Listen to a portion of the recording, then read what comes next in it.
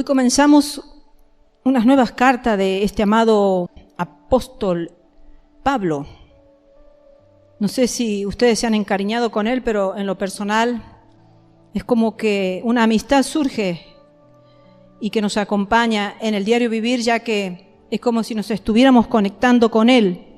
Y bueno, vamos a hacer una pequeña introducción con respecto a 1 y 2 Timoteo y Tito, que ya lo vimos. Son el último grupo de los escritos de Pablo. Cuando decimos que son los últimos escritos de Pablo, son quizás los últimos escritos que han quedado en nuestras manos registradas y que nos muestran y nos manifiestan que evidentemente era el final de su vida aquí en la tierra. Y gran parte del contenido de estas epístolas está dedicado al trabajo pastoral en la iglesia y a los deberes del ministerio cristiano. Anoche estaba repasando la prédica y me focalicé en la palabra deberes del ministerio cristiano. Deberes que deben existir en todo ministerio. En todo ministerio existen una organización, un orden y un deber. Y todas las epístolas pastorales indican que el apóstol Pablo es su autor. Aunque hay personas especialistas que han estudiado y que cuestionan esta afirmación. Ahora, yo cuando leo las cartas de Pablo, aquí cuando leí Timoteo, siento la esencia de Pablo. En mi espíritu yo la siento a la esencia de Pablo. Y eso me hizo reflexionar a mi esencia. Cuando comencé predicando el Evangelio, que podríamos decir desde los 15 años después de bautizada, tenía un carisma, era joven, soltera, tenía un tipo de vivencia y de conocimientos. Los años van pasando y uno va madurando y uno va teniendo y adquiriendo mayor conocimiento. Y a veces yo escucho mis prédicas de unos cuantos años atrás y todo ha cambiado. Ha cambiado el tono de voz, el timbre de la voz ha cambiado, la unción ha cambiado y podemos decir que hasta a veces hemos tratado temas que hoy lo podemos ahondar de una manera diferente. Pero no dejo de ser la misma Nancy. Soy la misma Nancy, una mujer madura ya, una mujer que ha tenido una vivencia más con el Señor, más profunda, ha tenido más revelación, mayor intimidad con el Señor, un mayor conocimiento de nuestro Salvador. Entonces, cuando leemos a Pablo, no pretendamos que este Pablo se convirtió, inmediatamente ya él adquirió todo el conocimiento que con el paso de los años se va adquiriendo. Entonces, si notamos un tono diferente, porque realmente cambia porque el contenido y la temática no es la misma. Entonces, de hecho, que si hablamos de arrebatamiento, no va a ser lo mismo que si hablamos de organización pastoral, de organización de ministerios. Entonces yo me puse a pensar en todos estos detalles y yo soy de las que afirmo que Pablo es el autor de esta carta. Los acontecimientos narrados en las epístolas pastorales se lo ubica entre los años 63 y 67 después de Cristo, posiblemente, no sé, quizás 64, esta primera carta de Timoteo. Timoteo fue uno de los colaboradores más fieles de Pablo. Esto lo vimos ya en sus cartas anteriores, donde también hacía referencia a Timoteo, y no quisimos ahondar mucho en la personalidad o en la esencia también de Timoteo, porque ya la íbamos a analizar ahora. No hay muchos datos de él, hemos visto también, pero vamos a hacer un trasfondo pequeño con respecto a estas cartas. Siempre que comenzamos una carta nueva, se tiene que hacer un mínimo trasfondo. Y vemos que en su primer viaje misionero, Pablo y Bernabé predicaron en Listra. Estamos hablando de su primer viaje misionero. Luego predicaron en Listra, ciudad de Licaonia, y tuvieron éxito en medio de la persecución.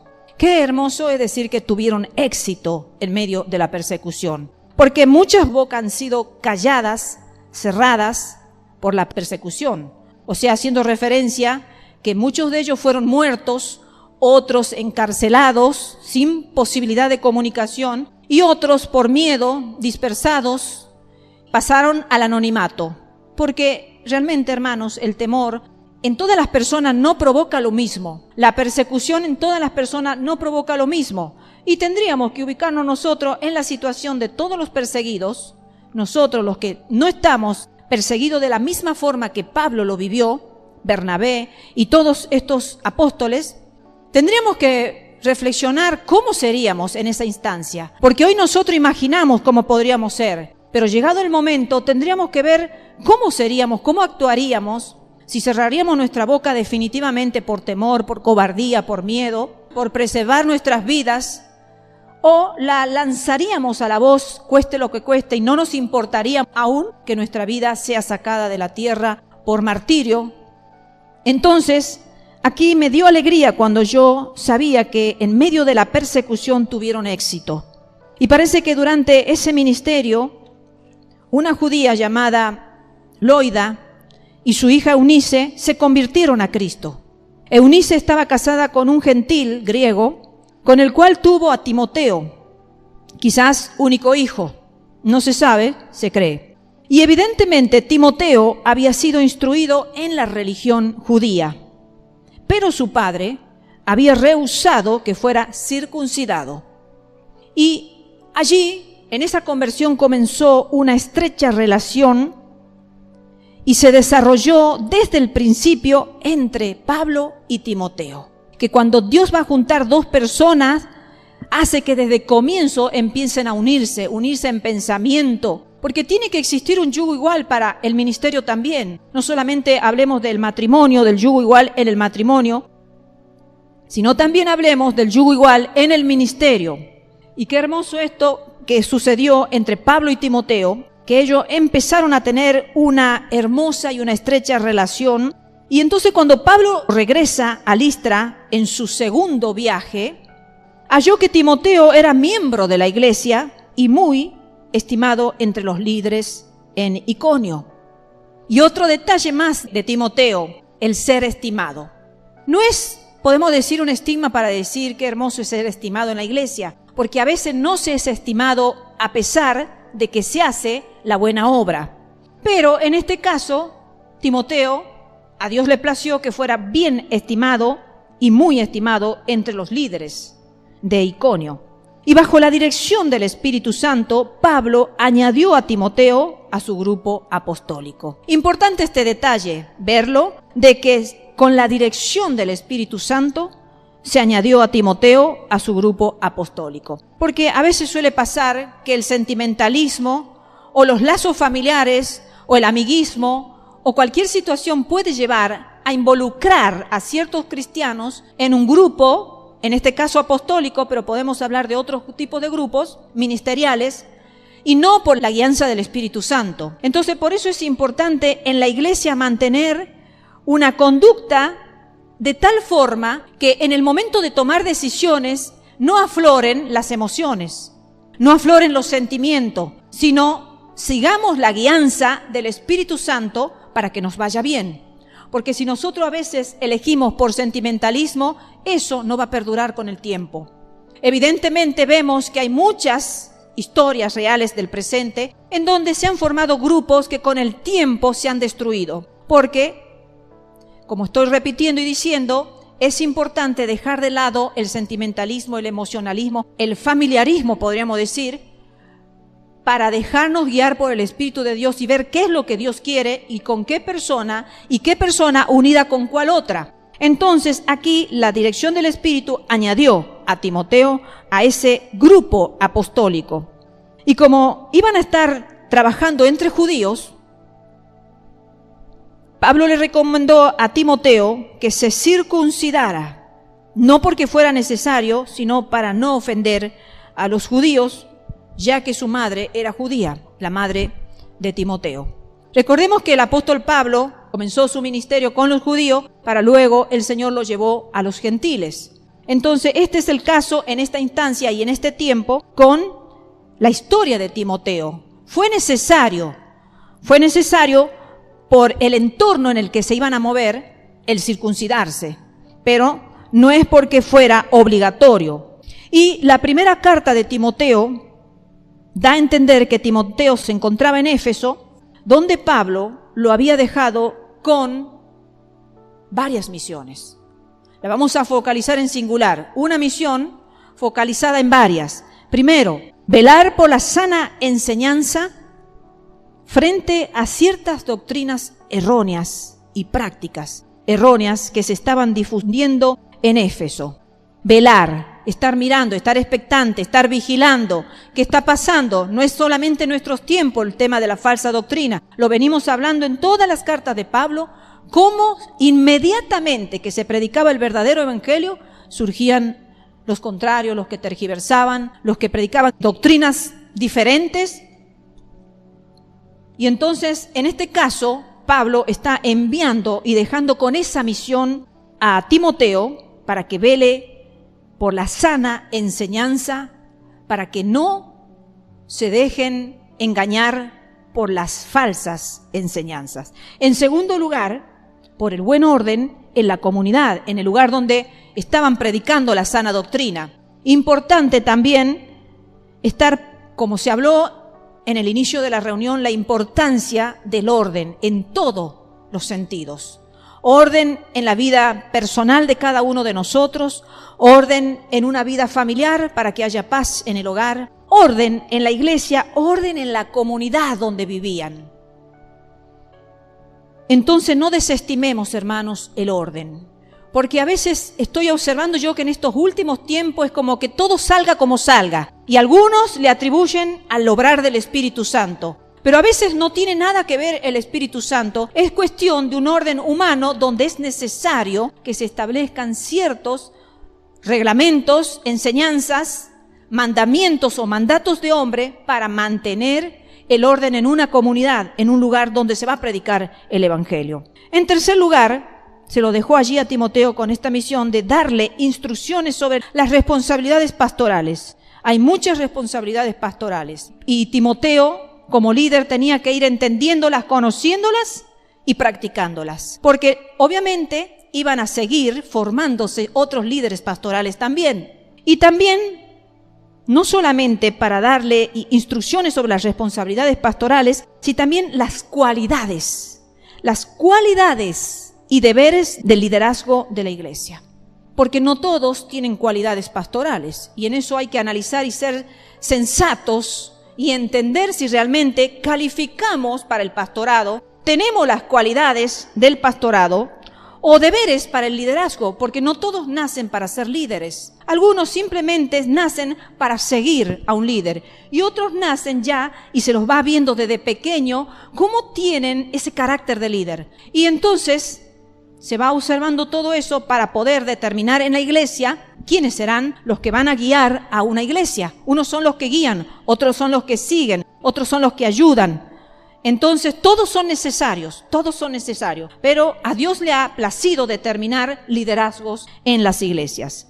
Esa era la tarea que tenía que realizar Timoteo. La tarea que Pablo le había encomendado a Timoteo encerraba serias dificultades realmente, y por eso fue que sintió la necesidad de escribirle una carta con instrucciones sobre cómo enfrentar los problemas. En esas cartas se dice cómo combatir los falsos maestros, cómo organizar el culto de la iglesia, cómo tratar prudentemente con las distintas clases sociales. Otro tema bastante importante, porque conforme sea una clase social, es una forma de tratar a las personas, y conforme sea otra clase social, es otro trato. Es por lógica.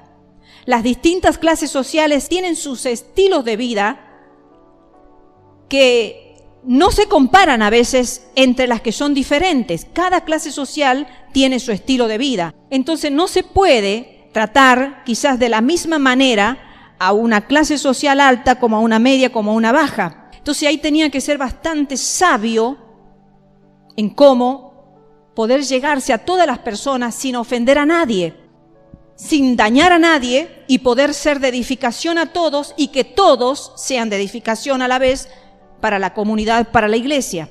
Entonces, toda esa era la tarea que se le había encomendado a Timoteo, y todo esto junto a la enseñanza de la fe apostólica y la afirmación de una vida ejemplar.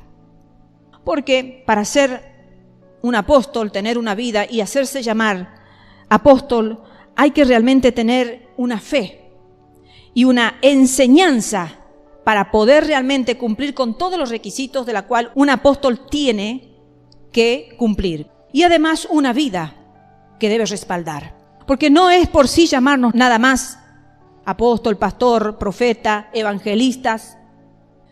No solamente por llevar el título, porque el título cualquiera lo puede llevar. Y al título, hoy por hoy, cualquiera lo puede conseguir. Pero en sí es importante la vida, el testimonio ejemplar ante todos los que están observando el liderazgo. Es importante, y eso lo tenía en cuenta Pablo, y eso también lo instruyó a Timoteo para que él viviera de esa manera, Timoteo dando ejemplo a los otros que lo seguían, que lo miraban, para que lo puedan obedecer. Porque la vida nos tiene que respaldar para la obediencia. A veces se quiere predicar, a veces se quiere enseñar, se quiere exhortar, cuando no hay una vida íntegra, una vida ejemplar que respalde. Entonces, ¿cómo alguien que no tiene una vida ejemplar me va a venir a exhortar a mí? Dirían algunos, ¿verdad? Entonces, en eso también se focalizó el apóstol Pablo para que Timoteo tomara en cuenta eso, fuera un vivo ejemplo, y realmente Timoteo lo cumplió al pie de la letra. Esta carta no solo guió a Timoteo en el cumplimiento de sus responsabilidades como líder cristiano, sino que también ha servido de manual para pastores a través de toda la historia de la iglesia.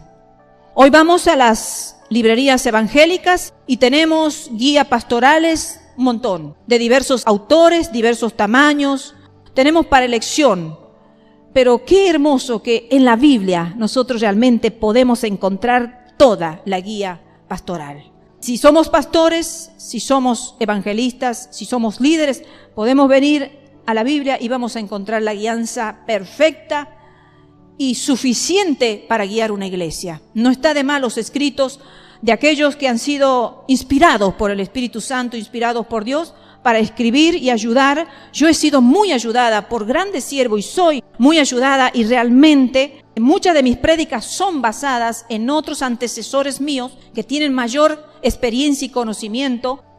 Pero sin embargo es verdad que cuando uno viene a la palabra es como que el entendimiento se abre y uno puede hablar y entender todo, porque nuestro Señor nos ha dejado las instrucciones y las guías para todo, para todo. Entonces, hermanos, aquí podemos ver que este libro ha servido también a través de todos los años que vivimos ya sobre la tierra para guiar a los pastores para un buen pastorado, una buena organización eclesiástica. Al tiempo de escribir 1 Timoteo y Tito, Pablo no se encontraba preso. Pero al escribir ya 2 Timoteo estaba preso y presintiendo ya el final de su vida. Por eso podemos ver que incluso el estado de ánimo de las personas a veces cambia, porque la situación de Pablo no debe haber sido la misma. Cuando estaba libre, cuando somos libres, podemos correr. Es como que el viento del Espíritu Santo nos lleva y somos felices porque podemos ir aquí y allí. El que tiene espíritu misionero se sentirá feliz pudiendo hacer todo lo que lleva en sí su llamado. Pero cuando se está en prisión con cadenas, con cepos, como lo estaba Pablo, como lo hemos visto en cartas anteriores, custodiado, ya no era libre. Entonces ya podemos incluso hasta pensar que el tono de sus cartas no serían igual al tono de las cartas que se escribieron cuando él estaba libre. Entonces podemos ver, y yo sigo afirmando, que las cartas fueron escritas realmente por Pablo, que el autor realmente es Pablo. Los grandes temas doctrinales de las cartas antiguas se mencionan solo en resúmenes. Vemos que Pablo, en las cartas anteriores que vimos, y muchas que todavía no vimos, se trató tema doctrinal. Era como casi el fundamento o el eje de sus cartas. Pero ahora vemos que se mencionan en resúmenes, pero son resúmenes importantes, que no lo vamos a ver hoy porque no nos vamos a adelantar a prédicas posteriores, pero sí están resumidas, por ejemplo, en 1 Timoteo 3:16 y también en 2 Timoteo 2, del 11 al 13. Anoche me quedé leyéndola a 1 Timoteo 3:16 y dije, mejor no sigo reflexionando porque ese es un tema para tratarlo después. Y si me encariño y me emociono mucho, lo voy a tratar en esta prédica. Y no, vamos a ir paso por paso viendo. Entonces, temas doctrinales fueron resumidos En pequeños resúmenes podríamos decir, porque no olvidemos que estas cartas tienen un tono pastoral. Y como no es fácil coordinar las referencias que hay en estas cartas acerca de la vida de Pablo con los datos que hay en otros escritos, como por ejemplo en los escritos de Hechos, que hay mucho dato sobre Pablo, entonces algunos creen que es por el hecho de que Pablo realmente escribió estas cartas ya al fin de su vida y quizás valiéndose de un secretario. Y en segunda postura, otros piensan que las cartas pastorales responden a una situación posterior al tiempo en que Pablo vivió y que fueron escritas por un discípulo de Pablo. Son pensamientos, porque recordemos, hermanos, que de las cartas que Pablo escribió, muchas se perdieron o muchas todavía están sepultadas, vaya a saber dónde. Quizás en algún tiempo se las encontrará. Entonces, algunos pensadores opinan con respecto a lo que se tiene en mano. Pero si se siguen descubriendo cartas que Pablo siguió escribiendo, podríamos quizás tener otra teoría. Yo estoy simplemente aclarando las teorías y los pensamientos de otras personas que no dejan de poder ser ciertas, claro que sí. Y así vamos a comenzar entonces el capítulo primero. El capítulo primero lo he tomado y he ido sacando enseñanza de la Biblia plenitud. Me ha gustado sus sencillas pero bastante entendibles enseñanzas de esta Biblia, y vemos que del capítulo 1, desde el versículo 3 al capítulo 3 al versículo 16, están todas las instrucciones para la iglesia y para sus ministros. Entonces vamos a comenzar con el versículo primero, y dice: Pablo, apóstol de Jesucristo por mandato de Dios nuestro Salvador y del Señor Jesucristo nuestra esperanza. Aquí vemos como nuevamente Pablo afirma una vez más su apostolado, porque él estaba seguro de su llamado. ¿Y cuándo uno puede realmente afirmar su llamado? Cuando está seguro. Porque cuando no se está seguro es mejor no abrir la boca ni decir nada. Tiene que haber en el espíritu de uno una confirmación real de que hemos sido llamados para tal o cual cosa, o cual ministerio. Y aquí Pablo está seguro. Versículo 2.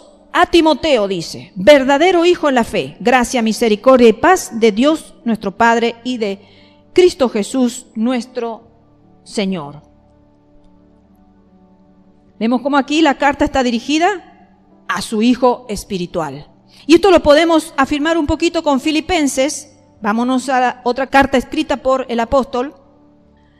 Filipenses capítulo 2, versículo 19 y 22 se los leo. Dice: espero en el Señor Jesús enviaros pronto a Timoteo, para que yo también esté de buen ánimo al saber de vuestro estado, pues a ninguno tengo del mismo ánimo y que tan sinceramente se interese por vosotros, porque todos buscan lo suyo propio, no lo que es de Cristo Jesús. Pero ya conocéis, dice, los méritos de Él, que como hijo a padre ha servido conmigo en el Evangelio.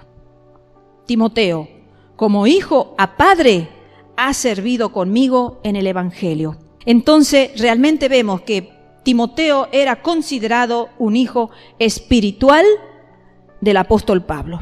Luego, del versículo 3 al versículo 11, vemos que el problema que había en Éfeso era básicamente doctrina errónea. Básicamente doctrina errónea. Ellos tuvieron que bregar, luchar, y todas sus dificultades fueron con las doctrinas erróneas que se introducían dentro de la iglesia, dentro de los nuevos conversos. Entonces esa fue la aflicción más grande de Pablo y de sus discípulos. Vamos a comenzar desde el versículo 3, dice el apóstol Pablo a Timoteo: como te rogué que te quedases en Éfeso cuando fui a Macedonia, para que mandases a algunos que no enseñen diferente doctrina. Esa frase, te rogué, cuando se ruega a alguien es porque hay preocupación, porque hay un problema muy grande. Entonces así le está diciendo Pablo: te rogué, porque realmente en la iglesia habían sido sembradas falsas doctrinas y Timoteo debía impedir que se extendieran. Y las observaciones de Pablo sobre los maestros, en los versículos siguientes que vamos a leer luego, nos muestran, nos indican que estos falsos maestros eran legalistas, que trataban de mezclar la ley con la gracia. Por ejemplo, ¿qué dice Gálatas, capítulo 1, versículos 6 a 7? También Pablo está escribiendo allí a los Gálatas y dice: estoy maravillado de que tan pronto os hayáis alejado del que os llamó por la gracia de Cristo para seguir un evangelio diferente. No que haya otro, recalca Pablo, sino que hay algunos que os perturban y quieren pervertir el evangelio de Cristo. Los falsos maestros querían pervertir el evangelio de Cristo y querían perturbar. ¿A quiénes? Aquellos que se habían convertido. Y el apóstol Pablo dice: estoy realmente asombrado, estoy realmente maravillado, dice, pero es asombrado, yo diría asustado, de que tan pronto os hayáis alejado del que os llamó por la gracia de Cristo. ¿Para qué? Para seguir un evangelio diferente. O sea, esa era la preocupación realmente de Pablo, porque estos falsos maestros estaban haciendo estrago en las iglesias, estrago, estaban haciendo caer de la gracia a los nuevos conversos, aquellos que habían recibido realmente el evangelio de la gracia, pero que ahora estaban siguiendo un evangelio distinto y no al evangelio de Cristo. Entonces, este era el tema, que estaban queriendo mezclar la ley con la gracia. Y el versículo 4 continuamos, que es lo que más hacían estos falsos maestros, y es: ni presten atención a fábulas y genealogías interminables que acarrean disputas, más bien que edificación de Dios, que es por la fe. Así te encargo ahora. Fábulas. Probablemente se refería o se refiere a las numerosas leyendas que los judíos habían añadido al Antiguo Testamento. No sé por qué tienen esa característica a los judíos, pero le encantan las fábulas. Y eran de añadirlas como algo real, como algo verdadero, como algo que era doctrinal, podríamos decir, un mandamiento de parte de Dios. Y eran fábulas. Veamos en Tito, capítulo 1, versículo 14, lo que dice también el apóstol a otro de sus discípulos, a Tito, le dice: no atendiendo a fábulas judaicas, ni a mandamientos de hombres que se apartan de la verdad.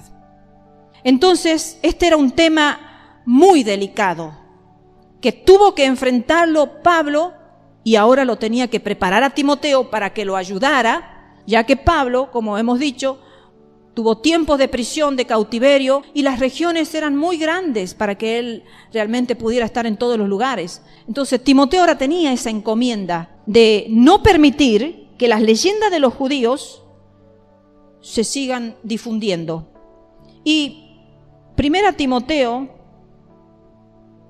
capítulo 6, versículo 3 y 4 dice: si alguno enseña otra cosa y no se conforma a las sanas palabras de nuestro Señor Jesucristo y a la doctrina que es conforme a la piedad, está envanecido.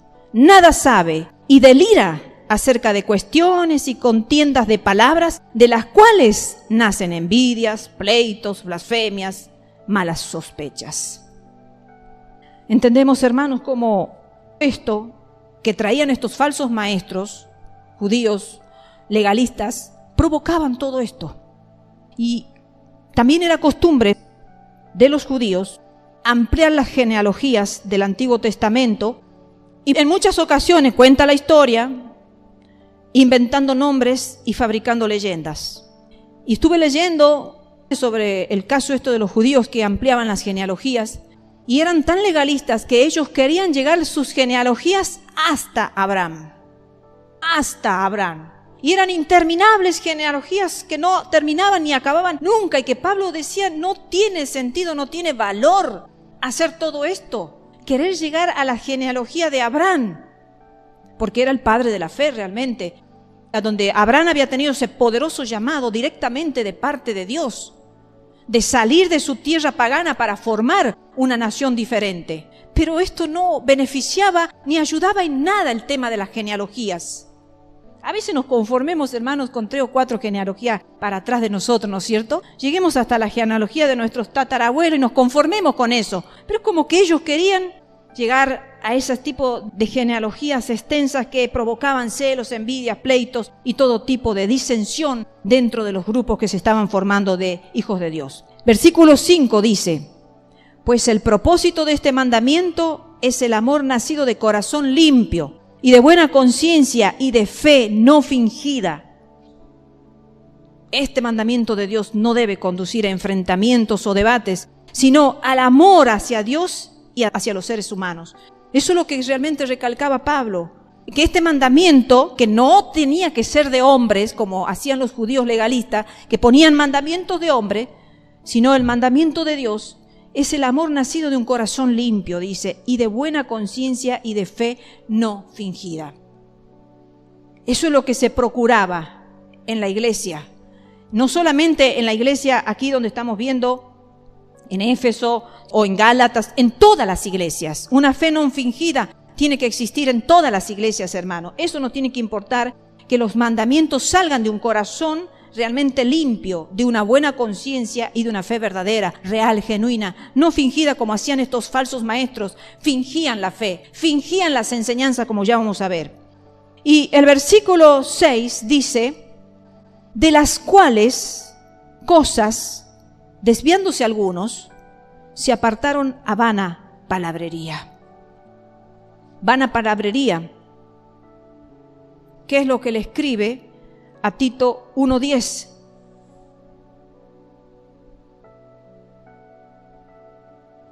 Porque hay aún muchos contumaces, habladores de vanidades y engañadores, mayormente lo de la circuncisión. Entonces, hermanos, no es que ahora al predicar uno tenga algo contra el legalismo de los judíos, sino es que la Biblia lo establece.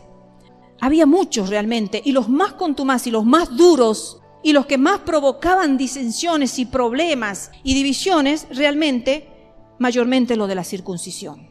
Porque parece que no se podían sacar la ley, o sea, la ley fue establecida de por siempre, no es que se la tengan que sacar, la ley del corazón ni de la mente, pero no establecerla como motivo de salvación, porque ahora Pablo estaba predicando la gracia salvadora y suficiente para que un ser humano pudiera alcanzar la vida eterna.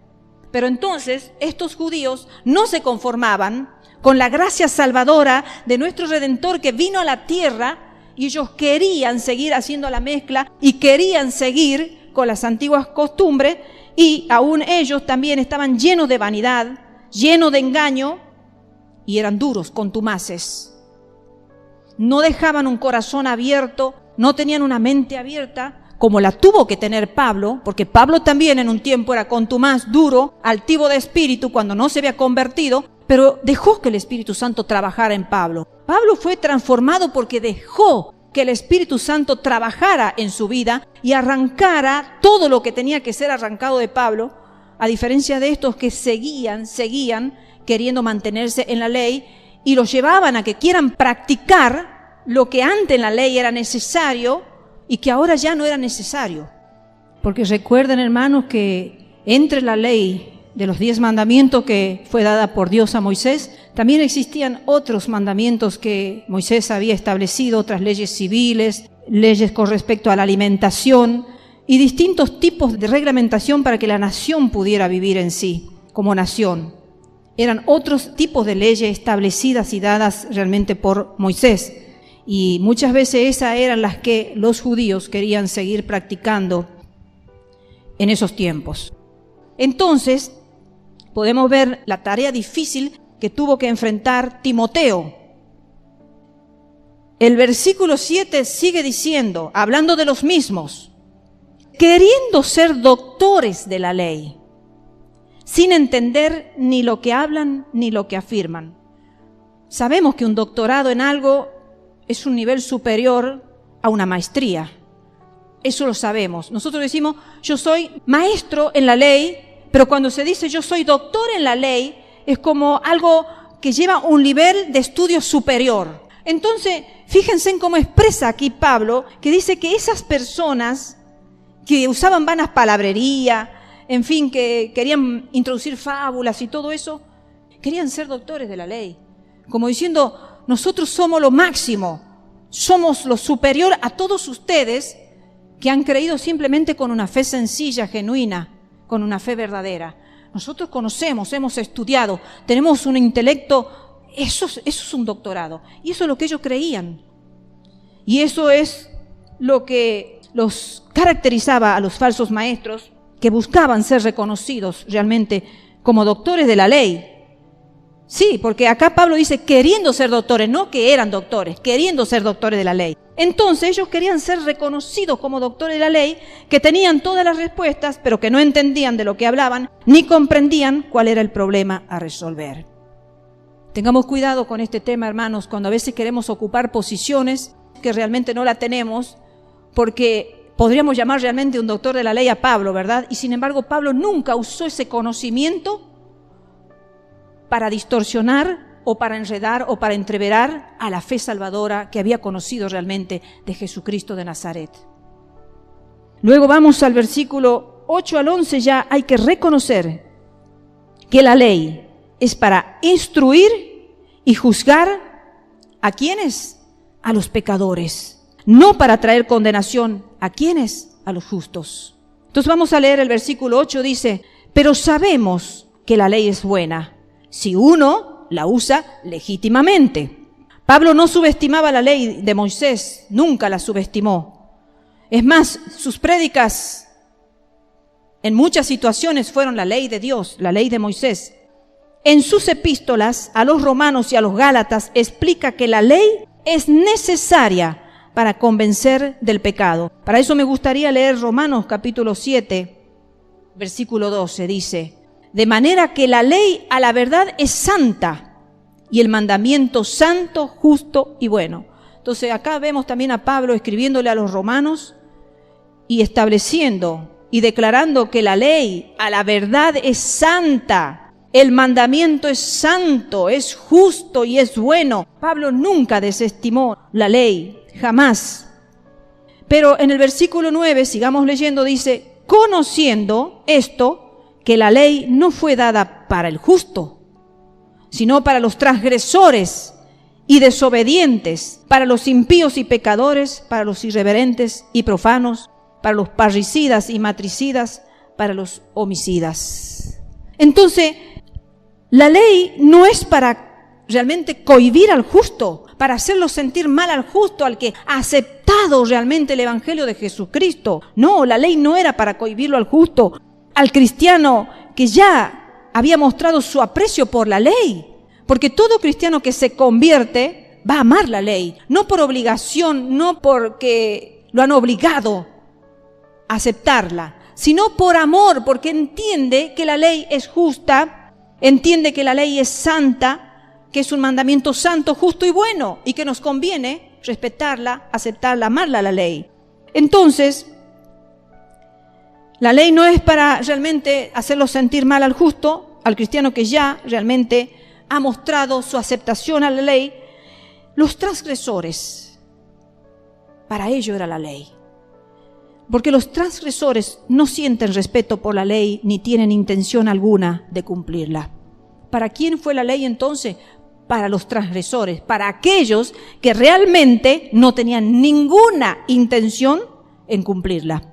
Para los desobedientes, son aquellos que no reconocen autoridad ni reglamentación alguna. Esos son los desobedientes.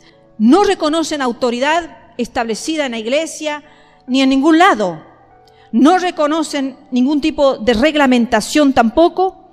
Y están los irreverentes, que son los que están sucios por dentro y por fuera. Qué triste que a veces se ve irreverencia en la iglesia. Se ve personas y muchos dicen, no, pero es que es importante solamente la limpieza de corazón por dentro. Pero realmente los irreverentes manifiestan la irreverencia por fuera también. Porque no vamos a venir a un templo, a una iglesia, a una casa de oración en forma irreverente. Tenemos que ser obedientes a las autoridades eclesiásticas que Dios pone, a los pastores, qué es lo que se determina, qué forma de vestimenta se establece en una iglesia que se vive santidad, y cumplirla y respetarla, porque de lo contrario se es irreverente. Y los profanos son aquellos cuya irreverencia, recién nombrada, causaría vergüenza en cualquier reunión pública. Los profanos son aquellos que su irreverencia van a provocar vergüenza en cualquier reunión pública. No se puede estar en paz en ninguna reunión porque siempre va a haber un profano irreverente, y le sigamos con todas las cualidades, porque un profano seguramente va a ser desobediente, va a ser irreverente. Y sigamos viendo aún más, que sigue diciendo el versículo 10. Para los fornicarios, para los sodomitas, para los secuestradores, para los mentirosos y perjuros, y para cuanto se oponga a la sana doctrina. Recién también hemos nombrado a los parricidas y a los matricidas, los que matan a los padres y a las madres, para los que matan, homicidas, ¿sí? Y hay muchas formas de matar, hermanos. No pensemos que solamente teniendo un arma en la mano se puede matar a una persona. Se puede matar de muchas formas. Se puede matar de muchas formas. Con un comportamiento malo de un hijo en una casa, se puede ir matando a una madre o a un padre. Entonces están los parricidas y los matricidas, algunos ya que cometen actos bastante delictivos y bastante tristes. Tenemos noticia en el presente de que se está como poniendo de moda eso hoy en día, pero aquí Pablo lo está anunciando, o sea que en esos tiempos también existían. El pecado existió siempre, hermanos.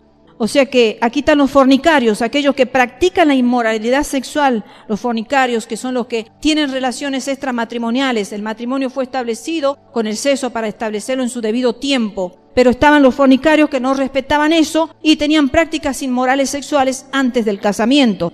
Y los sodomitas, que eran los perversos homosex y personas que se prostituyen.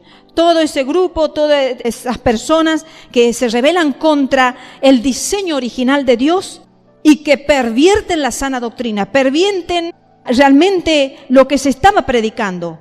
Dice, eran los que se oponían a la sana doctrina. Y sigue diciendo aquí, es larga la lista, ¿no es cierto? Dice los secuestradores. Los secuestradores. Por eso entendemos que todos los que secuestran a las personas no conocen la ley de Dios ni respetan la palabra de Dios. Y sin embargo, ¿cómo se está defendiendo en el presente a los que han secuestrado personas ilegalmente, ilegítimamente? ¿Cómo se está defendiendo a los secuestradores? Por esta y aquella razón no dejan de ser secuestradores. Entonces, también dice los mentirosos que a veces ni valor ni importancia se le da a los que mienten. Y a veces decimos, pero bueno, esto lo hice, esta mentira es como una mentirita piadosa, se le llama. No, hermanos, es que acá no habla de mentiras piadosas la Biblia, acá habla de los mentirosos y los perjuros que se oponen a la sana doctrina. Entonces, parece que en la iglesia todo eso se estaba introduciendo. ¿Y quiénes eran los que introducían los falsos maestros que no mostraban el pecado, que no lo condenaban al pecado, y entonces cada uno vivía como le placía? Porque estos falsos maestros enseñaban falsa doctrina. ¿Qué significa falsa doctrina? Contraria a la verdadera doctrina. Es algo falso, algo no verdadero. Entonces, Timoteo, Pablo predicaban una cosa, los demás discípulos como Silas, Tito y todos los discípulos que predicaban la sana doctrina, y venían por detrás los que se consideraban doctores de la ley, que no sabían ni siquiera dar respuesta a las problemáticas, pero le gustaba que se los considere como doctores de la ley. Entonces, ante esas personas, Timoteo, un hombre joven, pero con muchas ganas de servirlo a Dios, tuvo que enfrentarse. Pablo lo provisionó, podemos decir, de todo lo necesario, lo advirtió, lo formó, lo enseñó, lo aconsejó y lo exhortó, porque Timoteo era un discípulo bien manejable. Podemos decir que Timoteo fue un discípulo conforme al corazón de Dios, porque los que son conforme al corazón de Dios son enseñables. Esa es la palabra que la buscaba y no la recordaba. Timoteo fue un discípulo enseñable, dejó que su maestro, su padre espiritual, lo enseñara de tal manera para que fuera casi igual que Pablo. Entonces, qué importante es dejarse enseñar si queremos realmente predicar la buena doctrina, la sabia doctrina, la sana doctrina. Y si sabemos que nuestros pastores enseñan sana doctrina, nos dejemos enseñar, para que nosotros crezcamos y el día de mañana podamos enseñar esa sana doctrina y no entremos después como los Gálatas, que Pablo estaba maravillado, asombrado, podríamos decir asustado de ver que tan pronto se habían alejado de la gracia de Dios. Y vemos que hoy hay una tendencia tremenda que está avasallando con la humanidad, donde se está entremezclando, hermanos, la gracia con la ley, igual que en este tiempo que Pablo estaba sufriendo y estaba tratando de detener eso, y no se podía detener, y en estos tiempos tampoco no se puede detener. Entonces quedarán los que quieran quedarse mezclados, y quedarán los que quieran realmente mantenerse limpios con la sana doctrina pura, la sana doctrina de la gracia salvadora de nuestro Dios. Y llegamos al versículo ya final. Dice, según el glorioso evangelio del Dios bendito, que a mí me ha sido encomendado. O sea, nosotros llegamos hoy a este versículo. Vamos a continuar en las prédicas posteriores hasta el versículo 20, pero hoy llegamos hasta este versículo 11. Dice, según el glorioso evangelio del Dios bendito, que a mí me ha sido encomendado. Quisiera leer Gálatas capítulo 2, versículo 7. Allí el apóstol Pablo dice, antes, por el contrario, como vieron que me había sido encomendado el evangelio de la incircuncisión, como a Pedro el de la circuncisión. Vemos que acá en este principio Pablo estaba hablándole a los judíos y luchando contra ese grupo de judíos circuncisos, pero realmente el llamado que tuvo Pablo fue el evangelio para la incircuncisión. O sea, el evangelio para los gentiles, el evangelio para los que se convertían del paganismo a la luz verdadera del evangelio de la gracia salvadora. Ese realmente fue el evangelio que predicó el apóstol Pablo, y él allí habla de ese glorioso evangelio, lo toma como glorioso evangelio, como un evangelio que realmente tiene toda la gloria del Dios bendito y que se le ha sido encomendado a él. ¿Qué evangelio se nos ha sido encomendado a nosotros, hermanos? Porque yo tengo entendido que nosotros ahora, en la época de la gracia, tenemos que predicar de la gracia. ¿Qué evangelio se está predicando? ¿Por qué se está queriendo mezclar tantas cosas, hermanos? Que sigamos viviendo respetando la ley moral de Dios. Toda la vida lo hemos hecho, hermano, y nunca la vamos a dejar a la ley, porque la ley es justa, santa, perfecta y verdadera. Es la moral de Dios y es la moral que tenemos escrita en nuestro corazón y en nuestra mente, pero que no debemos mezclar con el tema de la gracia salvadora, con otro tipo de leyes y legalismos y fábulas y cosas que los judíos tenían por costumbre. Entonces, que el Señor nos ayude en estos tiempos difíciles de mucha confusión, hermanos. Tiempo de mucha confusión, donde ya los nuevos convertidos realmente no sé cómo se podrán convertir ante tantos evangelios. Que el Señor nos ayude a aquellos que tenemos bien en claro, como el apóstol tenía bien en claro cuál era el evangelio glorioso de Dios, y podamos basarnos en eso en nuestras predicaciones, predicarlos y defenderlo al evangelio de Jesucristo. Que Dios nos ayude a todos a mantenernos en la verdad de nuestro Jesucristo y de este gran apóstol, siervo de Jesucristo, que nos dejó como base, y para que seamos esforzados y valientes como lo fue él y como también lo tuvo que ser Timoteo. Que Dios nos ayude a todos y nos bendiga a todos.